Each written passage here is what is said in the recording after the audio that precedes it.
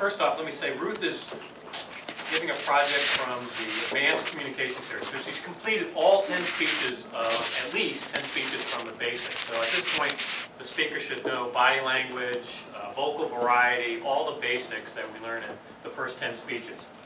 And this speech is called a humorous speech, where for between 5 and 7 minutes, her object is to entertain while making a point, all are surrounded by a theme. In this case, the theme was Night Mysteries, the title of her speech.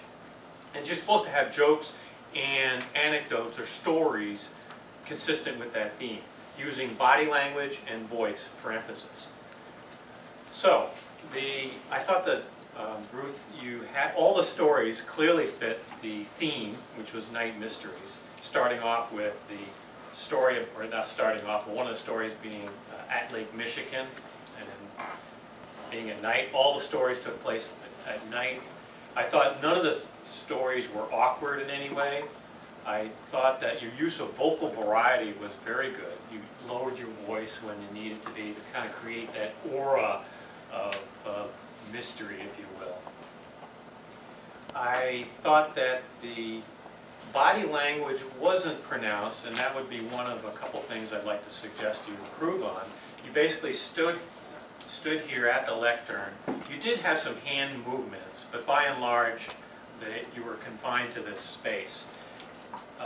The other things I would suggest is, this seemed like it was a well-crafted story that I could almost listen to on the radio.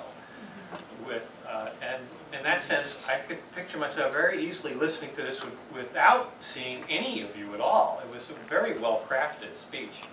However, this is a speech that should have, I thought, had more body movement to it. Could have discarded the lectern, minimized the use of the notes. At times you clearly understood it, but I thought the notes were a little distracting. I thought you could have moved around more. I would have liked to have seen at the end also, you say, Madam Toastmaster. We don't end with thank you. These are some of the things that I think you're definitely capable of doing. Although it was clearly you touched a lot of the audience members. There were many humorous parts in it that are recorded. I liked one particular. A lot of people liked the one about burying bodies in Chicago, or how you couldn't understand why the Casper liked that girl. So clearly the audience reacted to it. It was a humorous speech. The transitions were good, but I thought with more use of body language, making this more of a written rather than spoken speech, it could have been a lot more humorous. But overall, it was very good.